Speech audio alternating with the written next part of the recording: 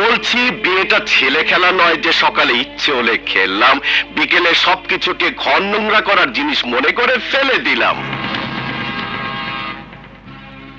হ্যাঁ জানি তো।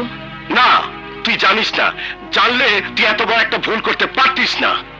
মানে হলো মামনি কোটিপতির মেয়ে, বিয়ে হবে কোটিপতি ছেলের সাথে, কোন গরিব ছোট লোকের ছেলের সাথে না। হ্যাঁ মামা, একটু পরে আমি যাকে স্বামী হিসেবে কবুল বলে গ্রহণ করব, আমার সেই হবু স্বামী সম্পর্কে কোনো বাজে মন্তব্য আমি সহ্য করব না।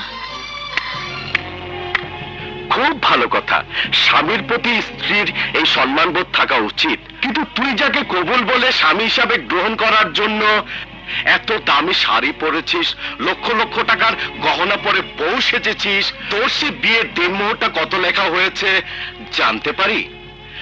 কাজী সাহেব দেখি তো। এই যে না,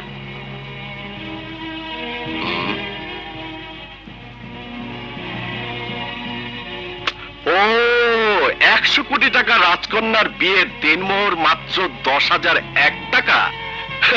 যে সামান্য টাকাটা তুই অনেক ভিখারিকে ভিক্ষে দিয়েছিস।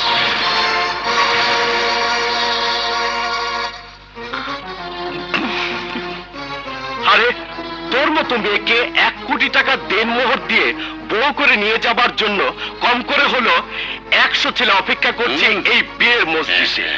তুই এক কাজ কর, তুই আমাকে বল, আমি নগদ 1 কোটি টাকা দেনমোহর দিয়ে তোকে আমি বউ করে নিয়ে যাব। তবু তুই এই পুতুল খেলার বিয়েটা বন্ধ কর। এই বিয়েতে লোক হাসবে, সবাই বলবে তুই পাগল হয়ে গেছিস।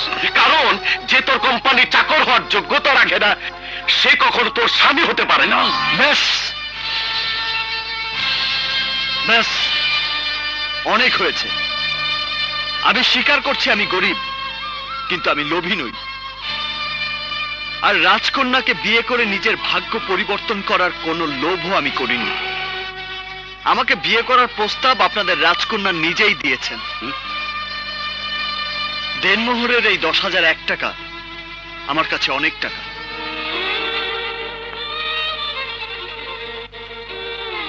তুমি যদি মনে করো ক্ষণিকের কোনো আবেগে আমাকে বিয়ে করার সিদ্ধান্ত নিয়ে তুমি ভুল করেছ, সেই ভুলটা সংশোধন করার সুযোগ আমি তোমাকে দেব।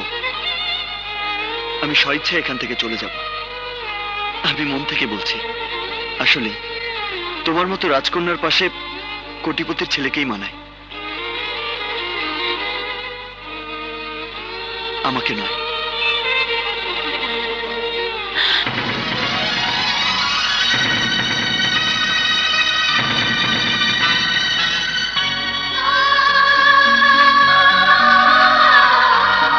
আমি তোমাকে অনেক অহংকার করে বিয়ে করতে চেয়েছি,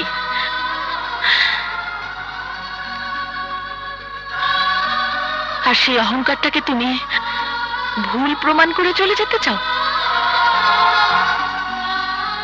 তুমি চলে গেলে কি হবে? হয় সানি, না হয় সানির মতো অন্য কেউ কোটি টাকা দেনমোহর দিয়ে আমাকে বউ করে নিয়ে যাবে।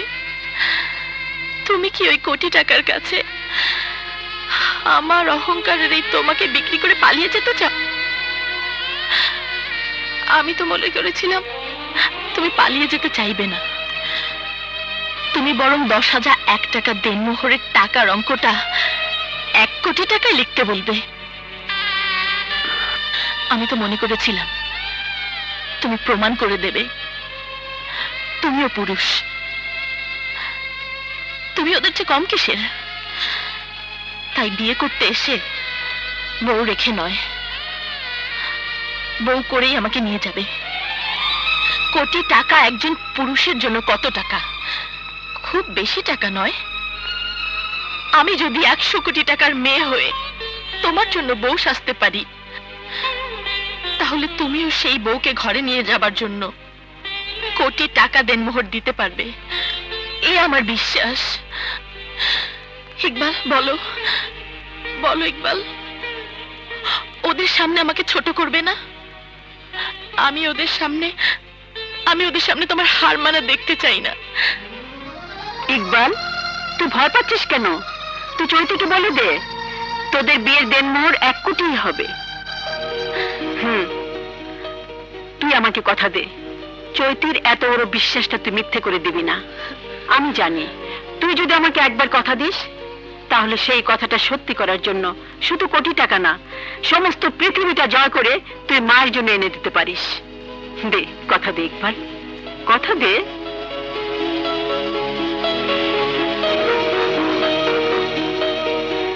ঘটনা কি?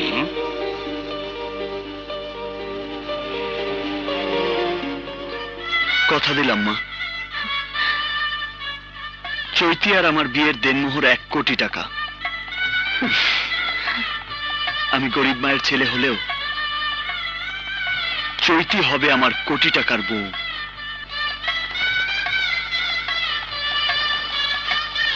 মা,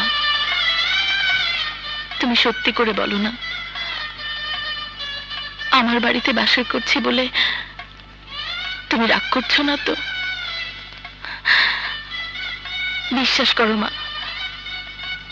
মা, আমার মা মারা যাওয়ার সময় আমার হাত ধরে বলেছিল, তোর বিয়েটা তো দিতে পারলাম না, কিন্তু বাসর ঘরটা আমার বাড়িতেই করিস। শুধুমাত্র মায়ের কথাটা রাখার জন্য। তোমার মৃত মায়ের কথাটা অবশ্যই তুমি রাখবে, কেন রাখবে না? তোমরা যাও, আমি কাল সকালে গিয়ে তোমাদের নিয়ে আসবো। মা, চলো।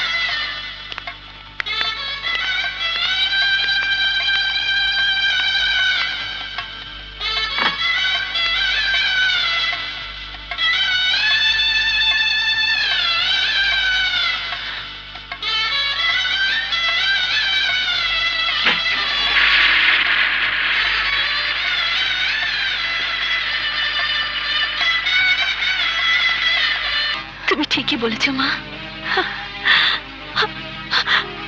আমার চাও তো কোনোটাই সত্যি হয়নি, এটাই বা হবে কেন?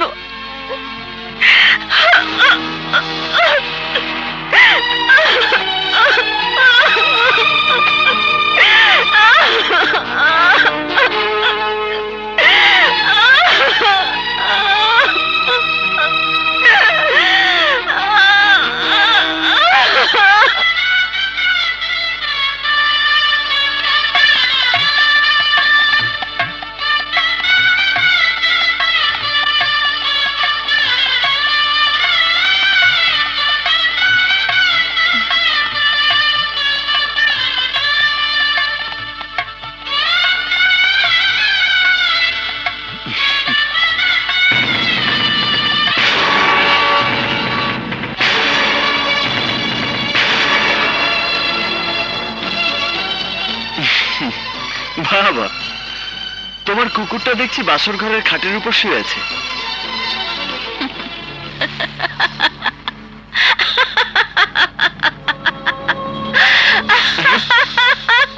কি ব্যাপার, এভাবে হাসছো কেন?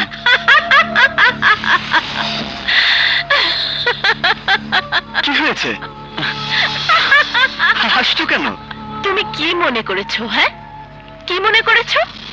তোমার চেয়ে এই কুকুরটার দামই বেশি।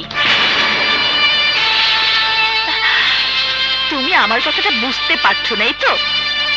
পরিষ্কার করে দিই, তুমি কি মনে করেছো তোমার সাথে আমি আমার এই বাসর করার জন্য আমি তোমাকে বিয়ে করেছি?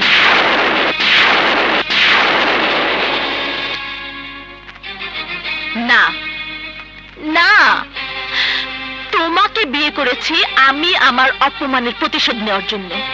মানুষ যেমন জেদের ভাত কুকুর দিয়ে খাওয়ায়, আমিও তাই করেছি।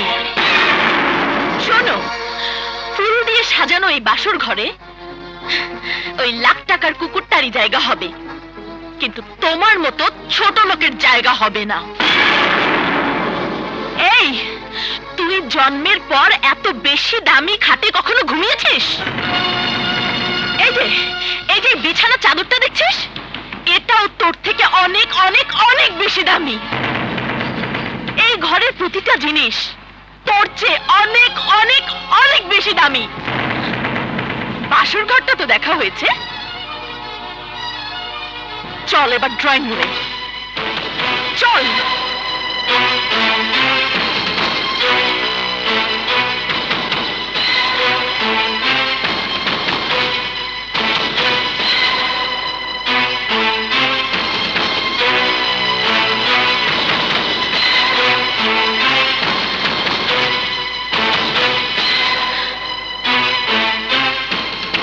মামা, মামা, মামি, মোহাম্মদ, নাজমা,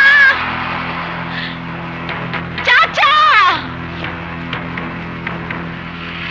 যা ঘটনা ঘটানোর তা তো ঘটিয়েই ফেলেছে, আবার বাসুর ঘর থেকে বেরিয়ে এসে ডাকাডাকি কেন? মামা, মামি, তোমরা কি মনে করেছিলে আমি ওকে বিয়ে করেছি ওর সাথে বাসর করার জন্য? তাহলে বাসর করার জন্য নয়, শুধুমাত্র বিয়ে বিয়ে খেলাটা করে ওর উঁচু মাথাটা আমার পায়ের কাছে নত করাতে। ও মা, বলে কি?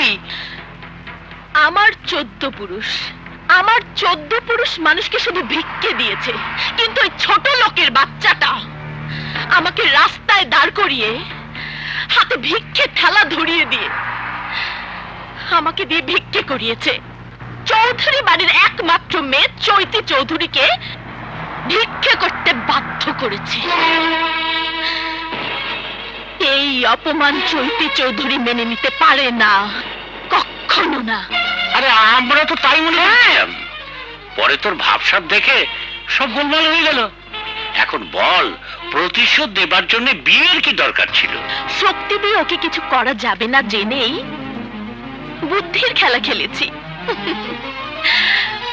তুমি কি মনে করেছো কোটি টাকার দেনমোহরের জন্য সানি যে কথাগুলো বলেছিল ওটা সানির কথা ছিল?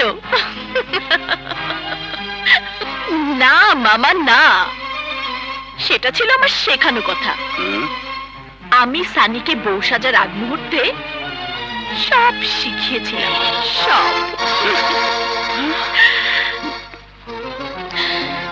এই ছোট লোকের বাচ্চাটা আমাকে দিয়ে ভিক্ষে করিয়েছে, আর আমি ওকে দিয়ে আমার বাড়ির চাকরের কাজ করাতে চাই। ওকে আমার হাত থেকে মুক্তি পাবার জন্য হয় আমার দেনমোহরের কোটি টাকা শোধ করে তালাক দিতে হবে, আর তা না হলে কোটি টাকার জন্য আমার বাড়িতে আজীবন চাকরের কাজ করতে হবে। এই কিছু সময় আগের চৈতি আর এই চৈতির মাঝে কত পার্থক্য মনে হচ্ছে না?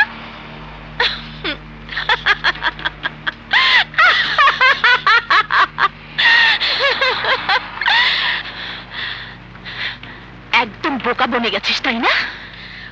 গরিবের ছেলে হয়ে ধনীর মেয়েকে নিয়ে যে খেলাটা তুই শুরু করেছিস, ওই খেলাটা শেষ করবো আমি। তোকে হারে হারে বুঝিয়ে দেব ধনীর রক্ত কখনো গরিবের অপমান করা সহ্য করে না। বাসর করার স্বপ্ন নিশ্চয়ই এবার তো শেষ হয়েছে। এবার চাকরদের ঘরে গিয়ে বর সাজার দামি পোশাকটা খুলে চৌধুরী বাড়ির চাকরদের পোশাকটা পরে নেই, কারণ সকাল থেকেই তো তোকে চাকরের কাজ করতে হবে।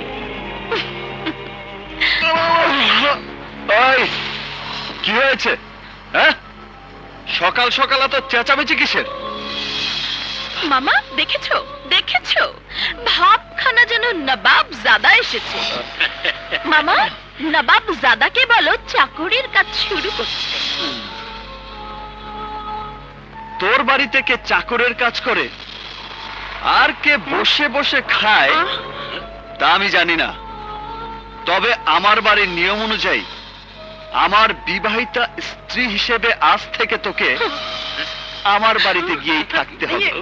আমি রোজগার করব আর তুই সংসারের সমস্ত কাজ করবি, আমার আদেশ পালন করবি, আমার মায়ের হাত পা টিপে দিবি। কাজেই তোকে এখন থেকে আমার সাথে আমার বাড়িতেই থাকতে হবে। চল। শোন, আমাকে স্ত্রীর মর্যাদা দেওয়ার কি যোগ্যতা আছে তোর? তোর স্ত্রী হতে পারে কাজলের মতো কোনো বস্তির মেয়ে, আচ্ছা, সেটা আমার বাড়িতে গেলেই টের পাবে। যাও। এই! স্ত্রীকে স্পর্শ করার আগে দেনমোহর পরিশোধ করতে হয়, তা তোর বাবা মা তোকে শেখায়নি? বল!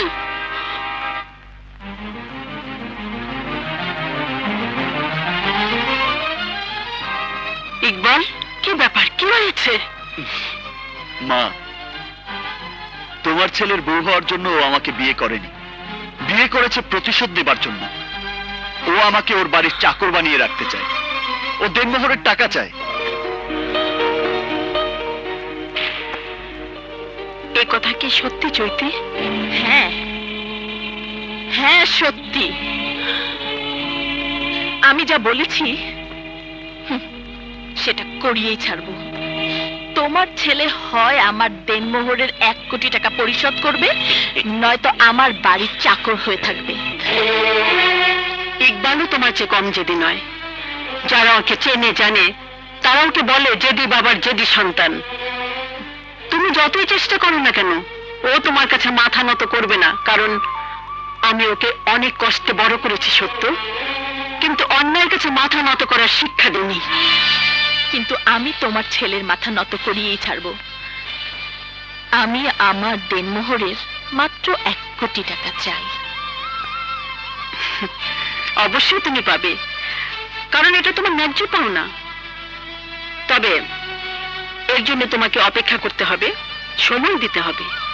আমার বিশ্বাস, তাহলে আমার ছেলে গুনে গুনে তোমার দেনমোহরের টাকা পরিশোধ করে দিতে পারবে। আর যদি ব্যর্থ হয়, তাহলে তোমার ছেলেকে আমার বাড়িতে চাকর হয়ে থাকতে হবে। বলো, রাজি? এই চল! মা, মা, তুমি এই বেয়াদবটাকে বলো ওর দেনমোহরের টাকা ও সময় মতোই পেয়ে যাবে। সেই সময়টা কতদিনের আমরা কি তা জানতে পারি? টাকা তো আর বাতাসে ওড়ে না, পরিশ্রম করে রোজগার করতে হয়। তাই দিনক্ষণ বলা আমার পক্ষে সম্ভব নয়। আমি শুধু এইটুকুই বলতে পারি, আমার জীবনের সবকিছুই হলো আমার মা। সেই মায়ের মাথায় হাত রেখে আমি কথা দিয়েছিলাম, আমার বিয়ের দেনমোহর হবে 1 কোটি টাকা, আর সেই কথা আমি রাখবই। বুঝলে মামুনি, দেনমোহরে টাকা জোগাড় করার নাম করে মা ছেলে এখান থেকে কেটে পড়ার ধান্দা করছে। মানে মানে খুব সোজা। আমরা কি করে বিশ্বাস করব 1 কোটি টাকা জোগাড় করে তোমার ছেলে এখানে ফিরে আসবে? আমরা কি করে বিশ্বাস করব তোমরা মা ছেলে পালিয়ে যাবে না? তাহলে তোমরাই বলো, কি করলে বিশ্বাস করবে যে আমরা পালিয়ে যাব না? একটা শর্ত মেনে নিলেই বিশ্বাস করব। কি শর্ত? শর্ত খুবই সহজ। তুমি টাকা নিয়ে ফেরত না আসা পর্যন্ত তোমার মা আমাদের জিম্মায় থাকবে।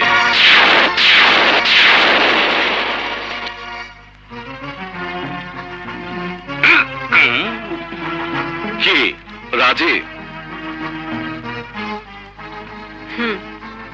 রাজি। তবে শর্ত আমারও আছে। আমার সন্তান যদি চৈতির দেনমোহরের কোটি টাকা পরিশোধ করতে পারে, তাহলে চৈতিকে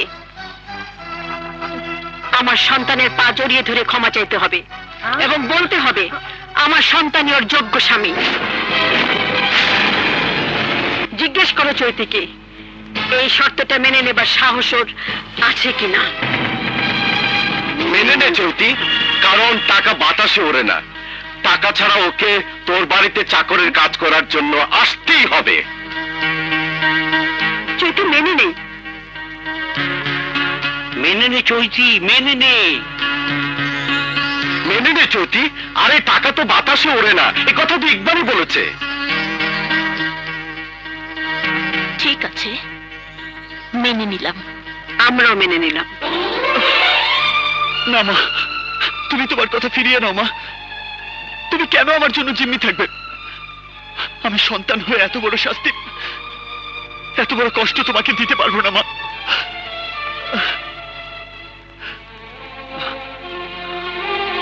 আমি প্রয়োজন ওর বাড়িতে চাকর। আর বলবি না। কে বলে তোর জন্য আমাকে শাস্তি ভোগ করতে হবে? আর কষ্টের কথা বলছিস? একজন মা যখন সন্তান জন্ম দেয়, তখন তার যে কষ্ট হয়, সেই কষ্টের তুলনায় এই কষ্ট কিছুই না রে বাবা। আবার মা যখন সেই সন্তানের মুখ দেখে তখন সব কষ্ট ভুলে যায়। এবার না হয়তো সাফল্যের অহংকারে এই বুকটাকে ভরিয়ে তোলার জন্য আর একটু কষ্ট করব। মা, কোনো ভয় নেই, তোর মাথায় মায়ের আশীর্বাদে হাত রইল। তোকে জয়ী হতেই হবে। তুই ঠিকই প্রমাণ করতে পারবি তুই যেমন আমার অহংকার তেমনি চৈতির যোগ্য স্বামী।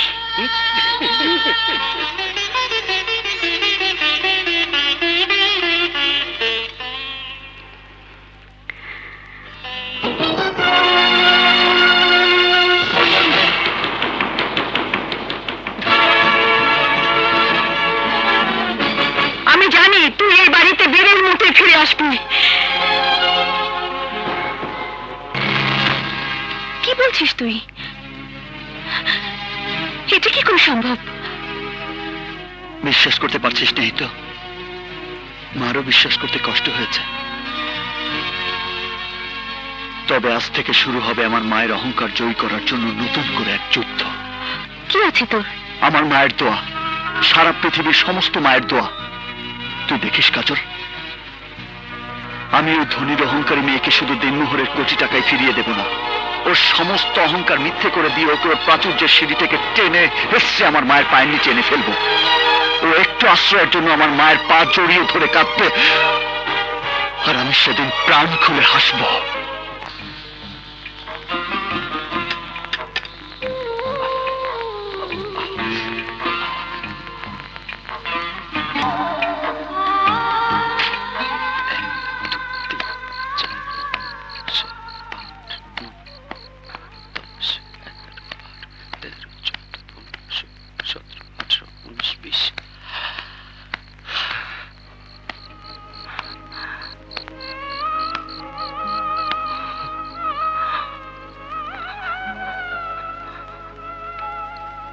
কবে 1 কোটি টাকা হবে?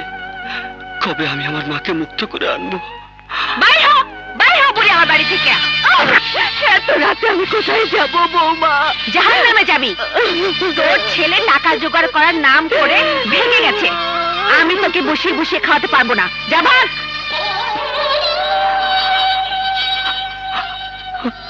আমার মা,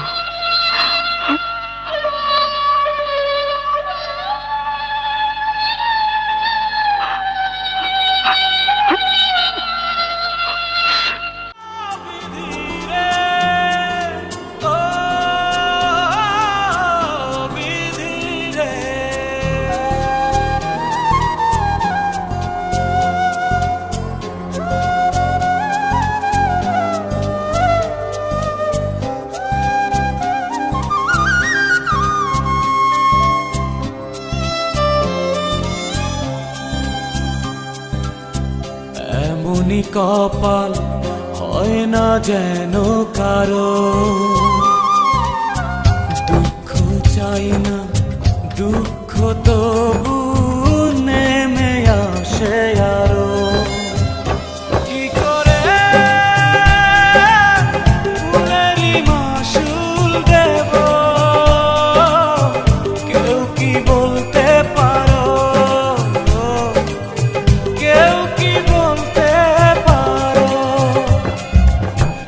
এমনি কপাল হয় না যেন কারো, দুঃখ চাই না দুঃখ তবু নেমে আসে আরো।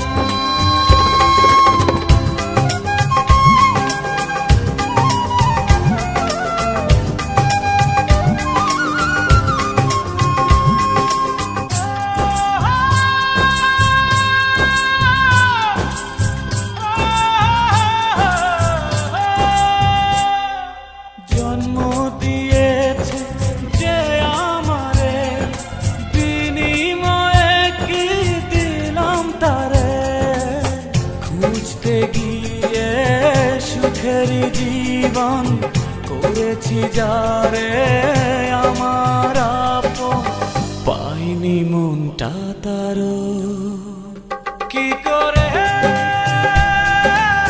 ফুলেরই মাসুল দেব, কেউ কি বলতে পারো, কেউ কি বলতে পারো।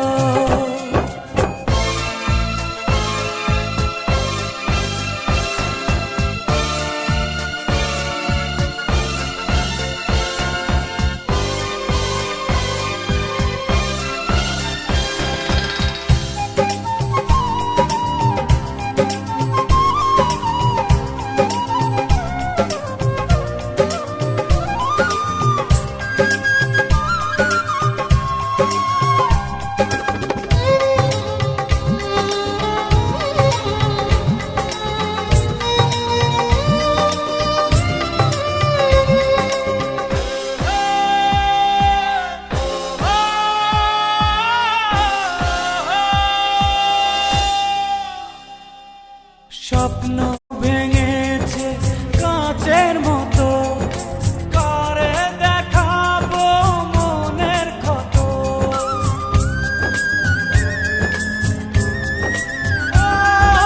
স্বপ্ন ভেঙেছে কাঁচের মতো, করে দেখাবো মনের ক্ষত। বুঝিনি কাঁটা ছিল যে ফুলে, চলছি একা নিজেরই ভুলে, কিছুটা দোষ আমারও কি করে ফুলেরই মাসুল দেব, কেউ কি বলতে পারো, কেউ কি বলতে পারো।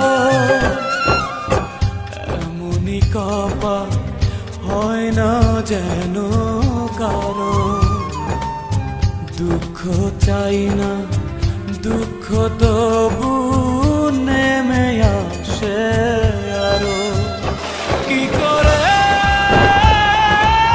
ফুলেরই মাসুল দেব,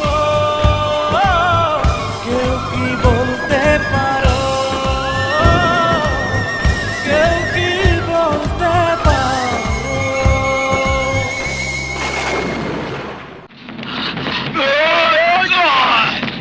ওই খাড়া খাড়া করতেছে, এই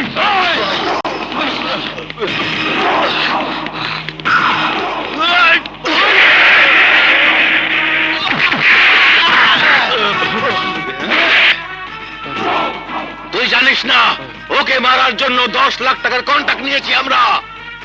10 লাখ? ভাগ চাইলে ভাগ পাবি, আমাদের দলে চলে আয়।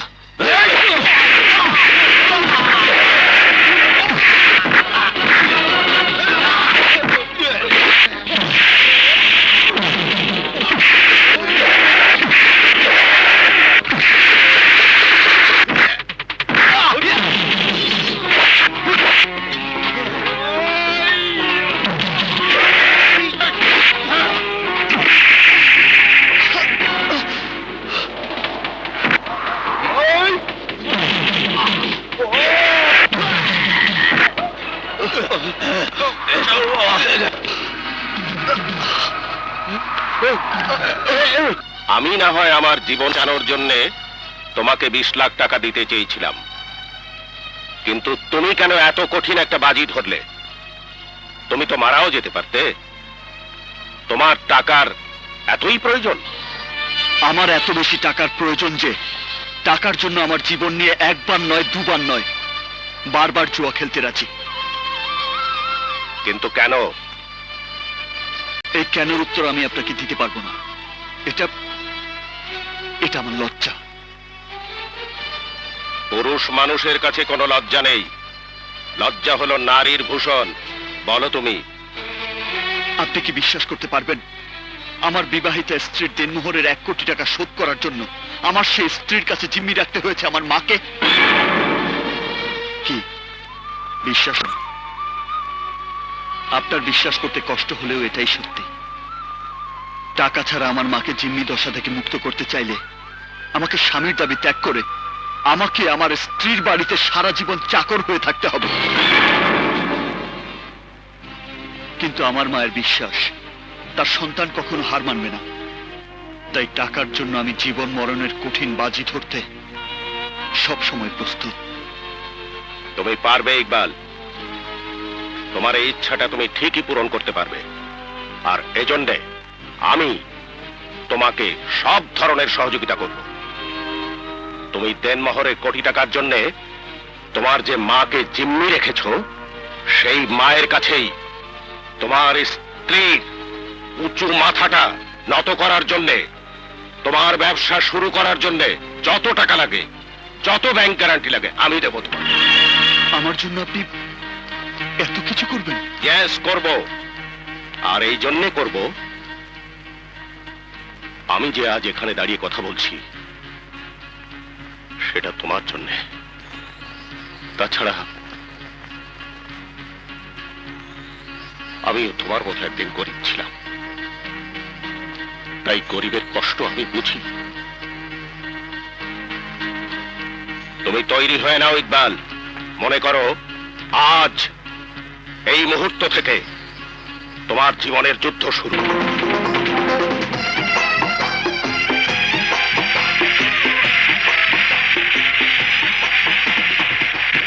সম্মানিত সদস্যবৃন্দ, আমি ব্যবসায়ী সমিতির নির্বাচন 2008-এর নির্বাচনী ফলাফল ঘোষণা করছি। 2008 সালের নির্বাচনে জনাব আইকের নেতৃত্বে সবুজ প্যানেল সাবেক সভানেত্রী চৈতি চৌধুরীর নেতৃত্বাধীন হলুদ প্যানেলের বিরুদ্ধে বিপুল ভোটে জয়লাভ করেছে।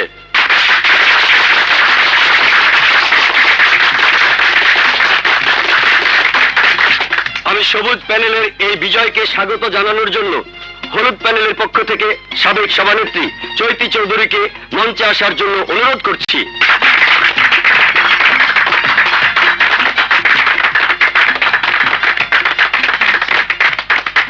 উপস্থিত সুধীজন, আমি পরপর দুবার সভাপতি হিসেবে এই সমিতির দায়িত্ব পালন করেছি। এবার আমি হেরে গেছি। নির্বাচনে জয় পরাজয় আছে, এটা সবাইকেই মেনে নিতে হবে। তবে আমি আজও জানি না কে এই মিস্টার আইকে। তবুও তার বিজয়কে আমি স্বাগত জানাচ্ছি এবং মঞ্চে এসে বিজয় মালা পরার জন্য আমন্ত্রণ জানাচ্ছি।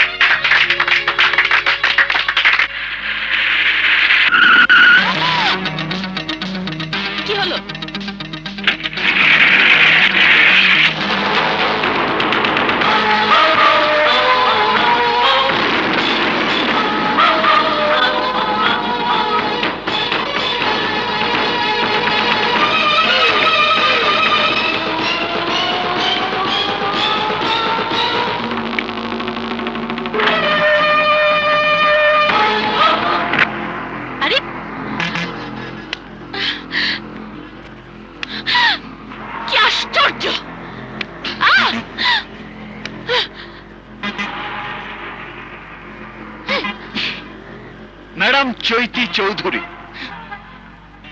আমাকে দেখে নিশ্চয় সেই ইকবাল মনে হয়নি যাকে তুমি তোমার বাড়ির চাকর বানানোর জন্য কাল রাত পর্যন্ত লাখ টাকার পালঙ্কে শুয়ে স্বপ্ন দেখেছ। লুক লুক ম্যাডাম চৈতি চৌধুরী, ভালো করে তাকিয়ে দেখো, আমি সেই ইকবাল। এখন নিশ্চয়ই তোমার স্বপ্ন ভেঙে চৌচির হয়ে গেছে, আর হওয়াটাই স্বাভাবিক, কারণ যে ইকবাল এখনো দেনমোহরের কোটি টাকা শোধ করে তার মাকে জিম্মি দশা থেকে মুক্ত করতে চায়নি, সেই ইকবালের এত বড় উত্থান মেনে নিতে কষ্ট হওয়ারই কথা। কিন্তু আমি সেই ইকবাল যাকে তুমি তোমার বাড়ির পোষা কুকুরের চেয়েও কম দামি মানুষ মনে করেছিলে।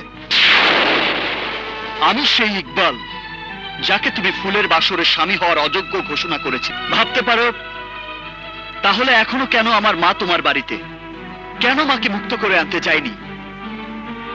এই না যাওয়ার জন্য আমার হৃৎপিণ্ডের প্রতিটি শিরায় শিরায় অনেক কষ্ট জমা করে লুকিয়ে রেখেছি, কাউকে জানতে দেই। কেন জানো? তোমার বাড়ি থেকে আমি আমার মাকে বের করে আনবো না, তোমাকে তোমার বাড়ি থেকে বের করে দেব বলে। শুধু এই দিনটার জন্য আমি নিজে কষ্ট পাচ্ছি, আমার মাকেও কষ্ট দিচ্ছি। আমার এই ইচ্ছা পূরণের আর বেশি দেরি নেই। আজ তোমার পতন শুরু হওয়ার প্রথম দিন। শেষ দিনটার জন্য প্রতিটি প্রহর প্রতিটি মুহূর্ত টেনশন নিয়ে অপেক্ষা করো, কখন তোমাকে উপরতলা থেকে টেনে হেসড়ে নিচে নামাবো। শুধুমাত্র এই কথাগুলো বলার জন্যই আমি তোমার পথ আগলে দাঁড়িয়েছি।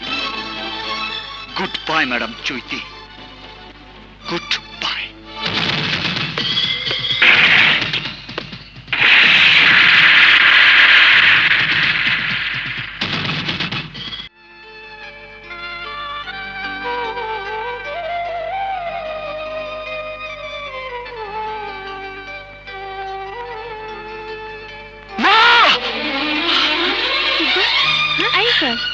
ইকবাল, কি হয়েছে? আমার মাকে ওরা অনেক কষ্ট দিচ্ছে। আমার মা হচ্ছে আমার আত্মা, আর সে আত্মাকে ওরা কষ্ট দিচ্ছে। আমি জানি তুই তোর মাকে কত ভালোবাসিস। প্রতি রাতে তুই এইভাবে চিৎকার করে উঠিস, আর কতদিন এইভাবে কষ্ট করবি? দামি খাট দামি বিছানা ছেড়ে নিচের ফ্লোরে ঘুমাস। কি করবো বল, চৈতি তো আমার মাকে খাটে ঘুমাতে দেয় না। হয়তো ওরা রান্নাঘরে বা বারান্দায় ঘুমাতে দেয়। তুই বল, মাকে রেখে আমি কি করে খাটে ঘুমাই? দেখো বাবা, তোমার আত্মা যেমন তোমার মায়ের জন্য কাঁদে, তেমনি তোমার মায়ের আত্মাও তোমার জন্য কাঁদে।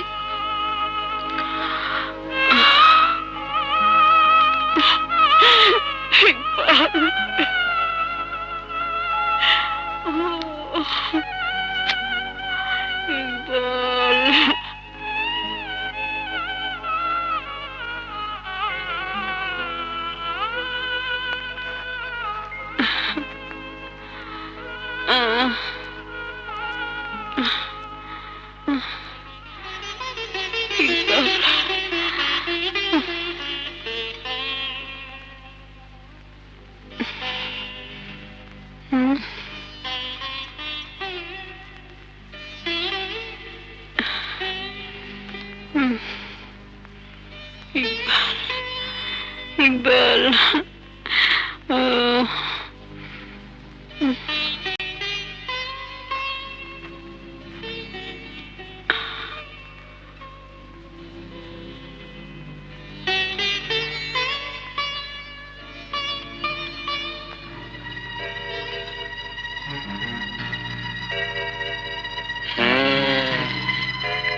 রাতে রাতে শাশুড়ির সেবা করে আর দিনে আমাদের বোকা বানায়। হ্যাঁ সানি, কি বলবি বলে ফেল। ভালো হোক মন্দ হোক আমি সরাসরি কথা বলা পছন্দ করি। তাহলে সরাসরি বলেই ফেলি, আমি ঠিক করেছি, বিয়ে করব। সত্যি? তাহলে তোর জীবনে বিয়ের ফুল ফুটবে। আমি তো ভাবতাম তুই চিরকুমার ক্লাবের সভাপতি হয়ে থাকবি। মোটেও না, আমি মনে করতাম আমার পছন্দের মেয়ে বল না রে, মেয়েটিকে বল বল বল। তুই কিরে, খুশি হয়েছিস না অবাক হয়েছিস, কোনটা? হ্যাঁ, কি সব বলছিস? শোন, ওসব কথা থাক। আমার কি মনে হচ্ছে জানিস, তুই খুশি হয়েছিস কিন্তু ইকবালের কথা ভাবছিস। শোন, যে একবার চলে গেছে সে আর ফিরে আসবে না। শোন, তোকে কিন্তু আমি একজন ভালো বন্ধু মনে করি। তুই সেই বন্ধুত্বের সম্পর্কটা কেমন যেন করে দিলি, কোথায় যেন হঠাৎ করে একটা ছন্দপতন হয়ে গেল। শোন, আমার মাথাটা ঝিমঝিম করছে।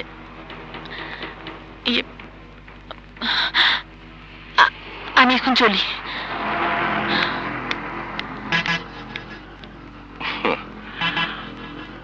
আমি জানি তুই কেন রাজি হলি না। তোর বিয়ে একটা কেন, 10টা হলেও আমি তোকে বিয়ে করবই। আসসালামু আলাইকুম। ওয়ালাইকুম আসসালাম। ম্যাডাম, অসময়ে আপনাকে বিরক্ত করার জন্য আমি দুঃখিত, কিন্তু না এসে পারলাম না। আমাদের জন্য একটা দুঃসংবাদ আছে ম্যাডাম। ম্যাডাম, ব্যাংক লোন পরিশোধ করার টাইমটা আর এক্সটেনশন করে নাই। আমাদের চিঠি ব্যাংক রিজেক্ট করেছে, আর ব্যাংক থেকে যে চিঠিটা দিয়েছে তাতে স্পষ্ট করে লেখা আছে, নির্দিষ্ট সময়ের মধ্যে টাকা পরিশোধ করতে না পারলে আপনার ইন্ডাস্ট্রি, বাড়ি, গাড়ি সবকিছু নিলামে তুলবে। প্লিজ ম্যাডাম, একটা কিছু করুন। ঠিক আছে, আপনি অফিসে যান, আমি আসছি, দেখি কি করতে পারি। ওকে ম্যাডাম, আসসালামু আলাইকুম।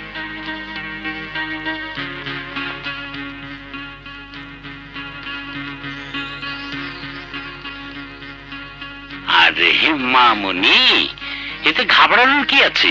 এটা কোনো সমস্যা হলো? তুমি কি মনে করেছো মামা, বুঝতে পারছো? আর মাত্র 2 দিন বাকি, আর একটা দুটো টাকা নয়, 50 কোটি টাকার মামলা। কে দেবে আমাকে এই টাকা? কেন, সানি বাবাজি দেবে। সানি? তুই আমার কাছে আসার সিদ্ধান্ত নিয়ে ভালো করেছিস। মামা মাকে ফোন করেছিল, জানিস আমি মামাকে বলে দিয়েছি আর কেউ না জানুক। তুমি আর মামি তো জানো আমি চৈতির জন্য দুনিয়াটা লুটিয়ে দিতে চাই। বল চৈতি, কোন শর্তে তুই টাকাটা নিতে চাস? শর্ত? হ্যাঁ শর্ত। 1 নম্বর শর্ত, তুই আমাকে বিয়ে করতে রাজি হলে শুধু ব্যাংক লোনের টাকা কেন, আমার সবকিছু তোকে আমি দিয়ে দিব। আর 2 নম্বর শর্ত? বউ হিসাবে না পেলেও তুই যদি আমার সাথে 1 রাত কাটাস তাহলে আমি তোকে 50 কোটি টাকা দিব। তুই কি মনে করেছিস আমি নষ্টামে? দেহ ব্যবসাটা আমার পেশা। হাহ। তোর কাছে টাকার জন্য আমি নিজেকে বিক্রি করতে ছুটে এসেছি? তুই যদি মনে করে থাকিস তোর মতো সওদাগরের কাছে আমাকে আমি নিলামে তুলবো, তাহলে তুই ভুল করেছিস, ভুল। শোন, তোকে দেখে যত বেশি ঘৃণা হচ্ছে তার চেয়ে অনেক বেশি ঘৃণা হচ্ছে নিজের প্রতি নিজে। যে তোর মতো লোফারকে আমি বন্ধু মনে করেছিলাম। ছি! সানি! চৈতি, আমি জানি আজ থেকে তোর আমার বন্ধুত্ব শেষ, কিন্তু তুই যাতে আমাকে সারা জীবন মনে রাখিস সে অবস্থা করেই তোকে আমি এখান থেকে ছাড়বো।